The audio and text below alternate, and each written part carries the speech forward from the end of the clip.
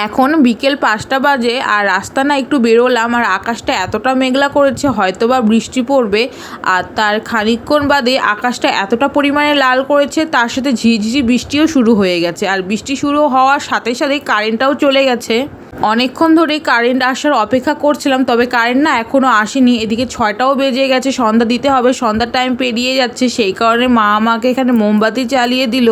এরপর আমি dress change করে চলে এলাম সন্ধ্যা দিতে। আগে পুজোর ফুলগুলো তুলে নিব, তারপর সন্ধ্যাটা দিয়ে দিব। আর এখনও না কারেন্ট আসেনি, এখন 6:30টার মতন বাজে। আমার সন্ধ্যা দেওয়া কমপ্লিট হয়ে গেছে, 6:30টার উপরে বাজে তখন কারেন্টটা এসেছে। এখানে আমি আপেলটা কেটে নিচ্ছি। আমি না আপেলের খোসাটা ছাড়িয়ে তারপরেই খাই। এদিকে আপেল কাটা হয়ে গেছে, মা আর আমি দুজনে মিলে টিভি দেখছিলাম আর আপেল খাচ্ছিলাম। এরপরে সকালে শ্যাম্পু করেছিলাম, তখন না আর চুলটা আঁচড়ানো হয়নি, তাই এখন চুলটা আঁচড়ে খোপা করে নেবো। এখন 7টার মতন বাজে। এরপরে ভাবলাম কেক খাবো, ঘরে কেক ছিল, গতকাল বাবা কেক এনেছিল, তো আমি মা